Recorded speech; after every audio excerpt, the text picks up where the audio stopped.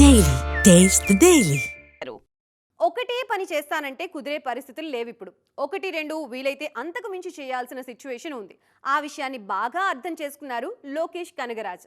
రీసెంట్గా రజనీకాంత్తో తెరకెక్కించిన కూలీ విషయంలో కాస్త కుదుపు కనిపించడంతో వెంటనే అప్రమత్తమయ్యారు ఈ డైరెక్టర్. ఇంతకీ లోకీ కాంపౌండ్లో ఏం జరుగుతోంది?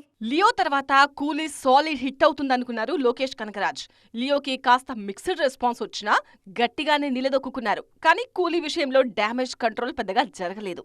పైగా కమల్ ప్రొడక్షన్ లో రజనీ సినిమాకు లోకేష్ డైరెక్ట్ చేస్తారనే వార్త కూడా నిజం కాలేదు. దీంతో మరింత అగ్రెసివ్ గా కనిపిస్తున్నారు Lokesh.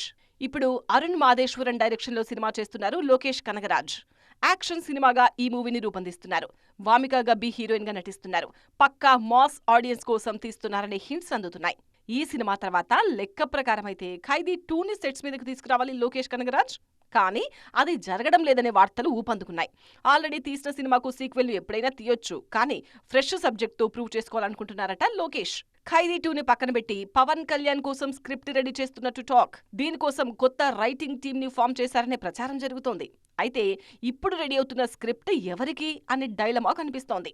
Power star, darling, icon star పేర్లు వరుసగా వినిపిస్తున్నాయి. అయితే వీళ్లలో లోకేష్ నెక్స్ట్ స్టెప్ ఎవరితో అన్నది సస్పెన్స్ గా మారింది.